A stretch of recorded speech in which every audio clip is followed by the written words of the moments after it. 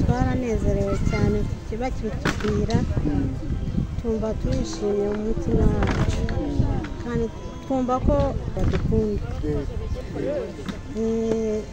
nko abana nk'amatora zari zishaje rero twabyishimiye kuko nk'umwana wawe ntazajya aryama no kubashimira nyine kuko kudutekerezaho kwa buri munsi no kutuzirikana tubasabira umugisha Imana ibagure.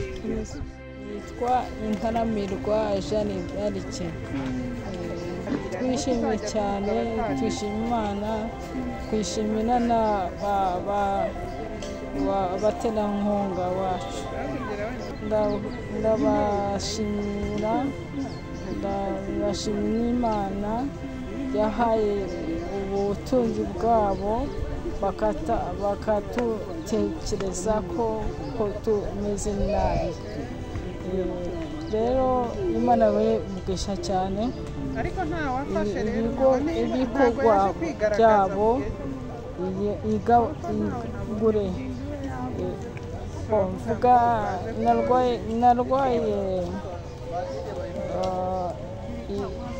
pararize niyo mpamvu navuga neza. Amazina yanjye nitwa Kayitesi Janine, ndi perezidante w'itsinda Urunana, itsinda ry'abafite ubumuga butandukanye.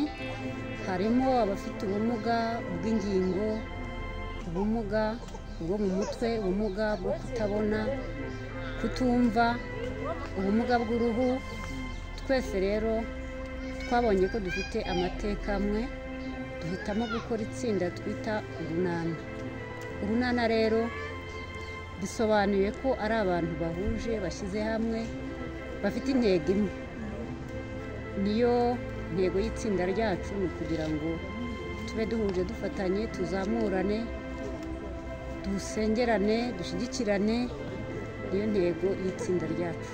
Nkatwe nk'itsinda Urunana, itsinda ry'abafite ubumuga, iki gikorwa twacyakiriye neza cyane, twishimye kuba byonyine mwadutekereje mukatugana. Hari abandi bantu bababaye cyangwa se bo gufashwa, ariko kuba mwahisemo itsinda ry'Urunana twabyakiriye neza cyane. Ni ukuri Imana ibaha umugisha. Biradufasha kuba muduhaye isaso, ni igikorwa cy'urukundo, ni ukutubwira ngo turyame neza, turare neza.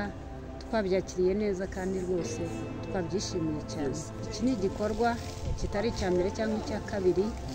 Humuriza abantu banjye nayo yatubereye umubyeyi. Tukimenyana nabo, ikintu cya mbere badufashije, badukoreye isanamitima, baratubwiriza, baraduhumuriza, baradusanga, bifatanya natwe, twumva ko natwe dukunzwe, twumva ko turi abantu nk'abandi, batwumvisha ko umuntu ufite ubumuga ari umuntu n'undi wese. Basana n'imibiri, bagiye baduha ibiryo inshuro nyinshi birenze rimwe. Si n'ibyo gusa, badutera n'inkunga mu itsinda ryacu, amafaranga yo kujya twifasha, twizigama, tukanagurizanya. Hari n'igikorwa bakoze, umunyamuryango wacu wacitse ukuguru, bamuguriye igare. Turabashimira, turabakunda natwe nk'uko badukunze, kandi tubasabira umugisha uko bwije n'uko bukeye. Bakomeze babeho.